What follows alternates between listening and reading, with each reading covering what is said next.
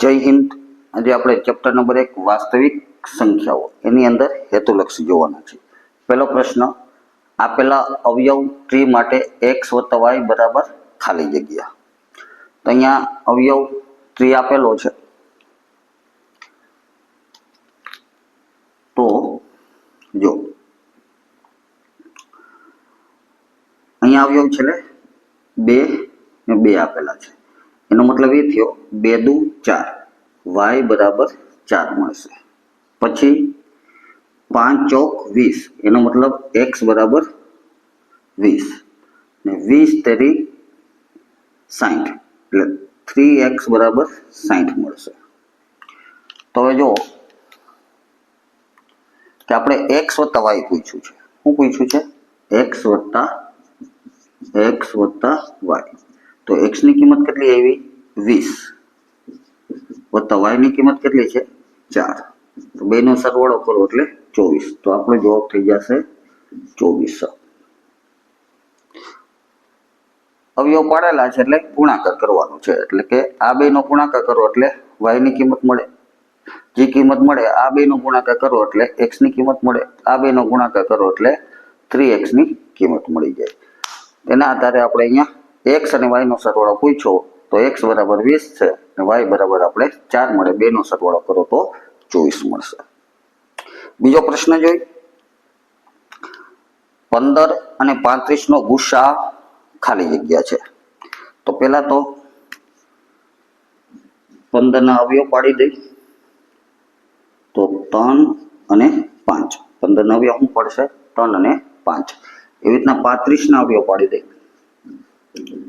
તો 5 અને 7. 5 × 7 = 35. તો ગુસા એટલે શું? તો કે સામાન્ય અવયવ લઈ લેવાના. તો આમાં 5 છે, આમાંય 5 છે. તો આનો ગુસા થાય 5. તો આનો ગુસા થાય 5. પ્રશ્ન નંબર 3, જો બે ધન પૂર્ણાંકો p અને q ને p બરાબર ab નો વર્ગ અને q બરાબર a નો ઘન b સ્વરૂપમાં દર્શાવીએ, જ્યાં a અને b અવિભાજ્ય પૂર્ણાંકો છે, તો લસા ab શોધો. એટલે કે ab નો લસા શોધવાનું છે. તો જો p બરાબર આપણે આપ્યો છે ab વર્ગ અને q બરાબર આપેલો છે આપણે a ની ઘન અને b. લસા શોધવાનો છે. તો આપણે શું કરવાનું કે આ a અને આ a નો ઘન એમાંથી જેની ઘાત વધુ હોય એ લઈ લેવાનું. તો અહીંયાથી ઘાત કેની વધુ છે? આની. અને આ b માંથી b વર્ગ મોટો છે. તો આપણો જવાબ થઈ જશે a ઘન b વર્ગ. તો આનો લસા શું થાય? a ઘન b વર્ગ. નંબર 4 જોઈ, કૌંસની અંદર √2 - √3, બીજા કૌંસમાં √3 + √2 એ અસમય સંખ્યા છે. ખરું કે ખોટું તે કહેવાનું છે. તો અહીંયા જો 2 આપેલા છે, અહીંયા 3 આપેલા છે. તો આપણો એક નિત્યસમ છે કે a નો વર્ગ - b નો વર્ગ બરાબર a - b અને a + b. તો આના આધારે આને આપણે સોલ્વ કરી શકીએ. તો જો અહીંયા એક ફેરે ઓછા છે, અહીંયા વત્તા. તો આ એમ જ છે, એક ફેરે વત્તા ને એક ફેરે ઓછા. તો આનો શું કરી શકાય? વર્ગ કરી શકાય. અહીંયા 2 આ પ્લસ છે એટલે √2 ને આગળ રાખો, √3 ને પાછળ રાખી શકો. તો અહીંયા આપણે √2 - √3 એવી રીતના અહીંયા √2 + √3. તો આના તો આને શું લખી શકાય? તો કે √2 નો વર્ગ - √3 નો વર્ગ. વર્ગ અને વર્ગમૂળ ઉડી જાય. અહીંયા વર્ગ અને વર્ગમૂળ ઉડી જાય. તો વધશે શું? તો કે 2 - 3. એટલે કે આનો જવાબ આવશે -1. ને -1 છે એ સમય સંખ્યા છે. અહીંયા આપણે કીધી છે અસમય, એટલે આ વિધાન કેવું પડશે? ખોટું. 5 નંબર જોઈએ, 20a વર્ગ b અને 30ab વર્ગનો ગુસા 10a² b² છે. ખરું છે કે ખોટું? તો પહેલા તો 20a² b નો અવયવ પાડી તો 2 × 2 × 5 એટલે કે 2 દુ 4 ને 4 × 5 20 અને a² ગુણ્યા b એ તો 30 નો અવયવ પાડી આપણે તો 30 નો થાય 2 × 3 × 5 એટલે 2 તેરી 6 ને 6 × 5 30 a ગુણ્યા b². તો હવે આપણે અહીંયા ગુસા પૂછ્યો છે. ગુસા એટલે સામાન્ય અવયવ લઈ લેવાના જે ઓછી હોય. એક તો 2 આવશે, પછી 5 આવશે, અહીંયાથી a² છે ને a એટલે ઓછી લઈ લેવાનું a, અહીંયાથી આવશે b. તો આનો ગુસા શું થાય?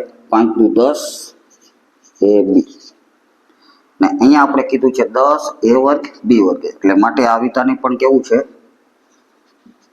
ખોટું. આ વિધાને કેવું છે? ખોટું. નંબર 3 જોઈ. √5 એ અસમય સંખ્યા છે. હવે કોઈ પણ સંખ્યાનું રૂટ જો નીકળતું ન હોય અથવા તો કાઢી ન શકતા હોય તો એ બધી જ સંખ્યાઓને આપણે શું કહી? અસમય. તો √5 નું પણ રૂટ એટલે કે વર્ગમૂળ કાઢી શકાતું નથી. એટલે આ વિધાન છે એ કેવું છે? સાચું છે કે √5 નું વર્ગમૂળ કાઢી શકાતું નથી, માટે તે કેવી સંખ્યા બની જાય? અસમય. અહીંયા અસમય આપેલી છે એટલે આ વિધાન થઈ ગયું ખરું. કેવું થઈ ગયું? ખરું. પ્રશ્ન નંબર 7. 17 અને 23 નો ગુસા 1 છે. તો 17 નો અવયવ આપણે પાડે તો 17 એકુ 17 ને 23 નો અવયવ પણ 23 એકુ 23. તો અહીંયા સામાન્ય અવયવ 1 મળે છે. એનો મતલબ આનો ગુસા 1 જ છે. માટે આ વિધાન પણ કેવું છે? તો કે ખરું છે. કેવું છે? ખરું છે. પ્રશ્ન નંબર 8. 23, 35, 46 નો લસા ખાલી જગ્યા થાય. તો 23 ના અવયવ પાડી તો 23 એકુ 23 થાય. 35 ના અવયવ તો કે 5 × 7 એટલે 5 × 7 ને 35. એકે લખવું હોય તો લખી શકાય એટલે 1, 5 અને 7. 46 ના અવયવ પાડી તો 2 × 23 એટલે કે 23 દુ 46. લસા પૂછ્યો છે એટલે બધાયનો શું કરવાનો? ગુણાકાર. તો કે 5 1 ગુણ્યા પછી 2 ગુણ્યા 5 ગુણ્યા 7 ગુણ્યા 23. તો આનો ગુણાકાર કરીએ 5 દુ 10 ને 10 એકુ 10 એટલે 10 ને આ બે નો ગુણાકાર કરી એટલે 7 તેરી 21, 7 દુ 14, 14 ને 2 16 એટલે કે 161. 161 ગુણ્યા 10 કરીએ એટલે 1610. તો આનો લસા આવશે 1610. નંબર 9 જોઈએ. જો ગુસા 10 અને 15 નો બરાબર 2a + 1 હોય તો a બરાબર કેટલી? તો પહેલા તો આ સંખ્યાનો ગુસા શોધી લઈ. તો 10 નો અવયવ પડશે 2 અને 5, 15 નો અવયવ પડશે 3 અને 5, બેમાં સામાન્ય 5 છે એટલે ગુસા થાય 5. તો આના બરાબર 2a + 1 બરાબર 5. એકને આ બાજુ લઈ ગયા એટલે 2a બરાબર 5 - 1 એટલે 2a બરાબર 4. તો a બરાબર 4 ભાગ્યા 2 એટલે કે a બરાબર જવાબ આવશે 2. કેટલો આવશે? 2. ગુસા 12 અને 21 નો કેટલો થાય? તો 12 નો અવયવ પાડી લઈ 2 × 2 × 3 એટલે કે 2 દુ 4 ને 4 તેરી 12. 21 નો તો કે 3 × 7 એટલે 3, 7 તેરી 21. ગુસા પૂછ્યો એટલે સામાન્ય 3 3 નીકળશે એટલે ગુસા આપણો થઈ જાય 3. ગુસા થઈ જાય 3. તો આજે આપણે ચેપ્ટર નંબર 1 વાસ્તવિક સંખ્યાઓમાં મોસ્ટ આઈએમપી બોર્ડમાં પૂછાયેલા અને પૂછાવાની શક્યતાવાળા હેતુલક્ષી પ્રશ્ન જોયા. નવા વિડીયોમાં નવા હેતુલક્ષી પ્રશ્ન સાથે ફરીથી મળીશું. જય હિન્દ.